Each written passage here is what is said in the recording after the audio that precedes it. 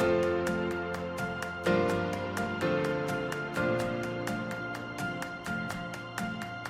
saya masih seputar tentang pembuatan visa Schengen, tapi pembahasan kali ini adalah dari sisi finansialnya. Jadi sejak saya membuat video tentang cara membuat visa Schengen melalui kedutaan Prancis, sejak itu memang banyak yang bertanya tentang pembuatan visa Schengen. Tapi pertanyaan yang paling banyak adalah berapa saldo minimal yang harus ada di rekening kita untuk apply visa Schengen.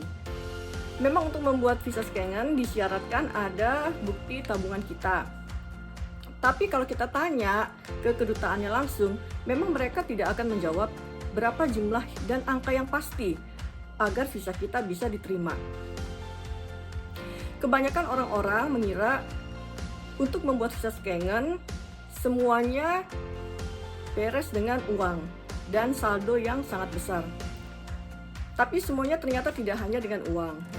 Memang uang perlu, tapi jumlah yang memadai dan sewajarnya tetap membuat visa kita bisa dipertimbangkan dan diterima, walaupun jumlahnya tidak dalam jumlah yang sangat besar.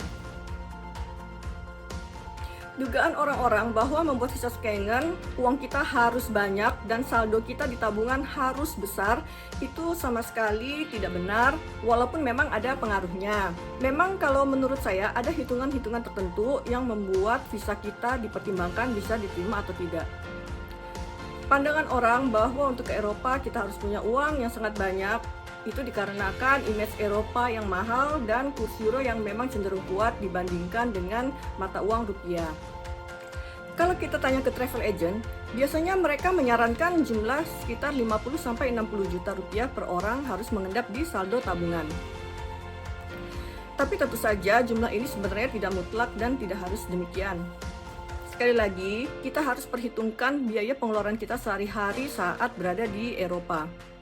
Menurut perhitungan saya, kalau menyebutkan angka kira-kira sehari 1-1,5 juta rupiah, itu di luar tiket pesawat, biaya asuransi, biaya pembuatan visa, dan biaya shopping. Serta juga di luar biaya tiket antar kota kalau kita naik kereta, bus, atau pesawat. Dan tentu saja biaya ini bukanlah biaya yang tiap hari naik taksi atau sewa mobil. Namun mungkin jumlah yang saya sebutkan tadi di luar biaya kalau kita pergi ke negara-negara seperti negara Skandinavia, Swiss, atau Belgia. Negara-negara Skandinavia seperti Denmark, Finlandia, Islandia, Swedia, Norwegia, biayanya cenderung lebih tinggi daripada kalau kita bepergian di negara-negara seperti Belanda, Spanyol, Perancis, atau di Polandia dan sekitarnya. Yang menjadi catatan adalah usahakan jangan sampai ada rekening yang dalam jumlah besar mendadak masuk ke dalam tabungan kita. Misalkan kalau jumlah tabungan sekitar 15-20 juta, tiba-tiba ada rekening ratusan juta masuk ketika mau apply visa. Nah, ini akan menjadi pertanyaan bagi pihak kedutaan dan mereka akan curiga kenapa tiba-tiba ada uang dalam jumlah yang sangat besar masuk ke rekening kita. Sebaiknya rekening yang dipakai juga rekening yang aktif, bukan rekening yang pasif. Selain itu, coba sesuaikan rekening yang ada di tabungan kita dengan jabatan dan gaji yang kita terima setiap bulannya. Coba cari tahu untuk level staff, manajer, supervisor, dan direktur yang bekerja di Indonesia itu kisaran gajinya berapa setiap bulannya. Jangan ada jumlah yang terlalu jomplang atau kelihatan terlalu besar dan tidak sesuai dengan jabatan serta gaji bulanan kita supaya tidak mencurigakan. Bukan berarti kalau level staff atau supervisor tidak boleh punya jumlah tabungan yang banyak, bukan begitu. Tapi sebaiknya jumlahnya wajar saja saat kita apply visa supaya tidak menimbulkan banyak pertanyaan dari pihak kedutaan. Sekali lagi, traveling bukan melulu tentang uang dan jumlah uang yang harus besar atau banyak di tabungan kita.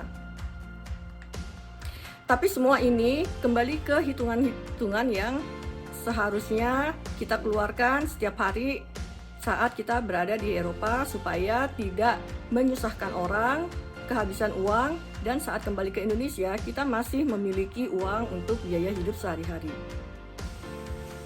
Berikut ini saya coba buat ilustrasi pengeluaran selama berada di Eropa. Jadi dengan biaya-biaya ini kita bisa memperkirakan berapa saldo tabungan yang harus dimiliki untuk apply visa Schengen. Berikut ini saya coba ilustrasikan budget ke 4 negara 8 kota di Eropa selama 2 minggu. Pertama kali kita mendarat di Amsterdam, lalu kemudian hari kedua tiba di Amsterdam, keliling kota Amsterdam, hari ketiga ke Volendam dan balik lagi ke Amsterdam, hari keempat baru ke Paris dan keliling kota Paris, hari kelima masih di Paris, lalu hari keenam ke Chamonix dari Paris dengan kereta, lalu dari Chamonix bisa ke Jenewa karena Chamonix sudah dekat dengan Swiss, lalu dari Jenewa ke Lucerne karena kita akan ke Mont Titlis.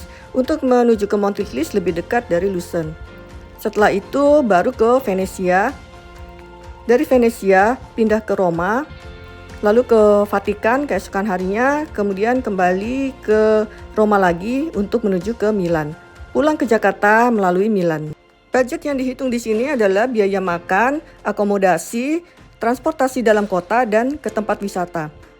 Untuk penginapan, saya anggarkan untuk hotel bintang 2 atau 3, makan sehari 20 euro kecuali di Switzerland, karena biaya hidup di Swiss lebih mahal, saya anggarkan 40 euro. Kemudian untuk transportasi adalah transportasi publik kecuali naik taksi. Dan biaya yang dikeluarkan atau dianggarkan sekitar 19 juta rupiah selama 2 minggu. Ini di luar biaya transportasi antar kota karena dianggap transportasi antar kota sudah dipesan sebelum apply visa. Selain itu biaya-biaya itu juga di luar biaya tiket pesawat, pembelian asuransi, dan pengurusan visa. Demikian informasi dari saya, silakan like, share, dan subscribe. Terima kasih.